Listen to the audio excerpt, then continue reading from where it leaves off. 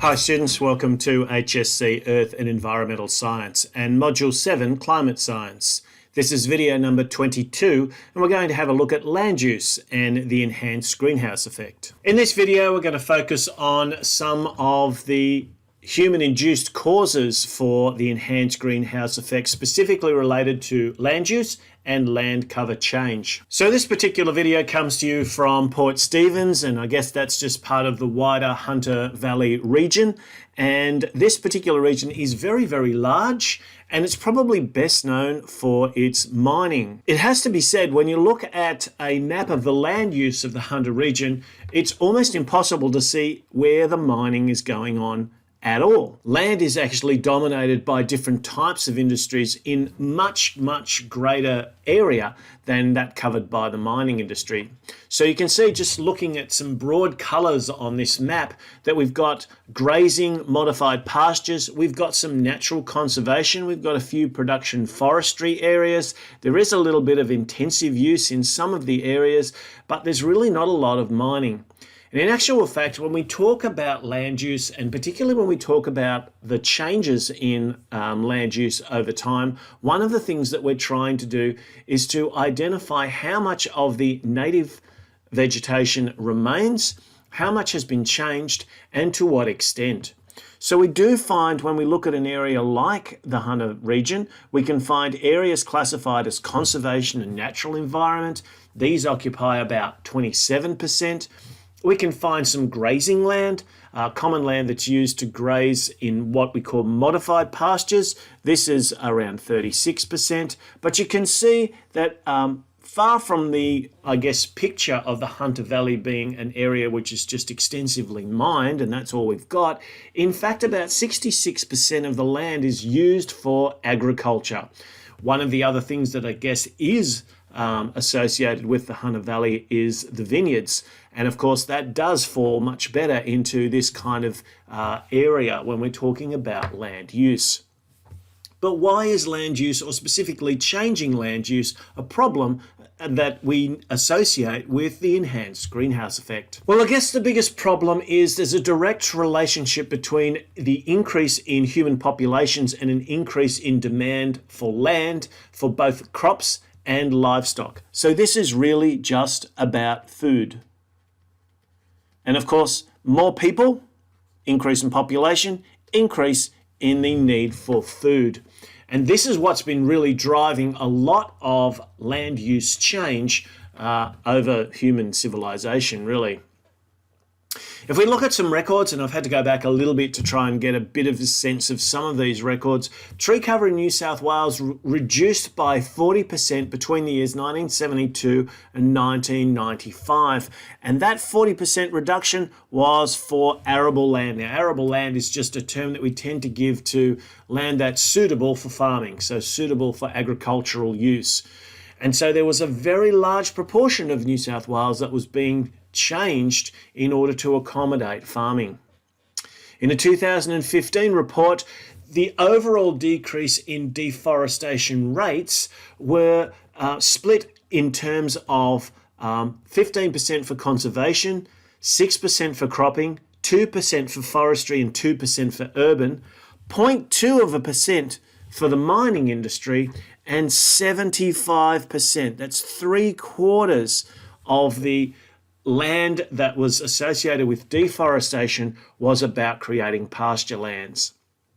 This is one of the biggest issues that we have that we associate with the enhanced greenhouse effect, an increase in the global greenhouse gas emissions, partly as a result of our constantly increasing human population and as a result a constantly increasing need for food. One of the problems is that we eat a huge amount of processed foods. We don't eat some of the foods that are growing naturally around us. And so therefore that requires modification of the land. That usually requires industries associated with those food production processes, and it also often involves a lot of energy and potentially a fair amount of waste as well. So how do we link this to greenhouse? Well, we link it to greenhouse by looking for changes in land use. So that's one of the things that we're trying to do with this particular focus area for our course is to focus on changes in land cover. And we can see, looking at a map of Australia, that there has been some quite significant changes in our country over long periods of time. One of the problems that we have is that land use change does often directly affect the exchange of greenhouse gases. And we've talked previously in videos about sequestration of carbon dioxide. The carbon dioxide that's in the atmosphere, that's released through the process of respiration. It's carried out by all living things, but that's actually taken in by plants. And as we change our plants, as we modify what it is that we are using the land for, and often the modifications come through the removal of native vegetation, then we are changing that whole dynamic. And we're certainly changing the amount of carbon dioxide that potentially is being removed from the atmosphere. So clearing the forest for agricultural settlement change land cover, and they also affect our carbon stocks. I mentioned in the previous slide that some of the reasons why we clear the land, but it's primarily for food. Sometimes it's forestry, it's wood production. Sometimes it's urban, so human habitation, recreation, and there are occasionally pockets where we're looking at ecosystem preservation. We have started to worry about the rate of extinction of certain types of native species and are trying to create little corridors, little pockets, little isolated habitats, little islands where they might be able to continue. Now, the management of these lands uses usually affects sources and sinks of carbon dioxide, methane, and various nitrogen oxides or nitrous oxides. Of course, one of the things that farming does is it produces this really dangerous greenhouse gas, methane. And increasing methane effects, we've had talk previously about the fact that methane is actually a much worse greenhouse gas than carbon dioxide, even though the proportions of it are much, much lower. One of the problems with farming, particularly farming livestock, is this increase in methane that's also going to be part of your problem.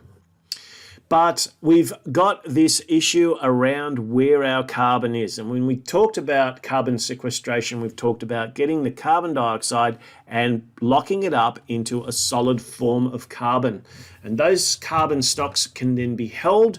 That carbon comes out of the atmosphere, and eventually, if the plants die, they're consumed, they're used for energy production, or the animals that eat them die, we are going to recycle that carbon dioxide back into the atmosphere. Our problem, of course, is not just that we keep these natural processes going, but that we're reducing some of the natural processes and we're increasing some of those other areas where we're finding carbon dioxide being released back into the atmosphere. So just a rough idea of the vegetation map. Obviously, there is a fair proportion of the country that is also desert in the centre. So some of the residual that we're looking at right in that middle, it couldn't have done very much with anyway. But you are looking at some very significant little red patches, and I'm assuming that you'll identify these little red patches as some of our major cities. As a consequence of that there's been massive urbanisation. Fair amount, particularly on the east coast of Australia and also down the southwest of Western Australia. A huge amount of our vegetation has been completely replaced, and a lot of these are our great farming lands, a lot of areas where we're doing a huge amount of agriculture, and so therefore it hasn't been appropriate in a lot of occasions for us to leave too much of the native vegetation there. It's had to be cleared away. So you can see when you start to look at a map of Australia, and Australia in a lot of ways isn't ideal for this because very large amounts of the country are very dry and not really suited for agriculture whatsoever. But those that are have really copped it in terms of changing land uses. So that's one of the things that we want to try and look at in terms of the enhanced greenhouse effect, is how our changes in land cover and how our specific areas of land use have led to some of these very significant changes in the vegetation type and ultimately have contributed to the greenhouse effect. Thanks for watching.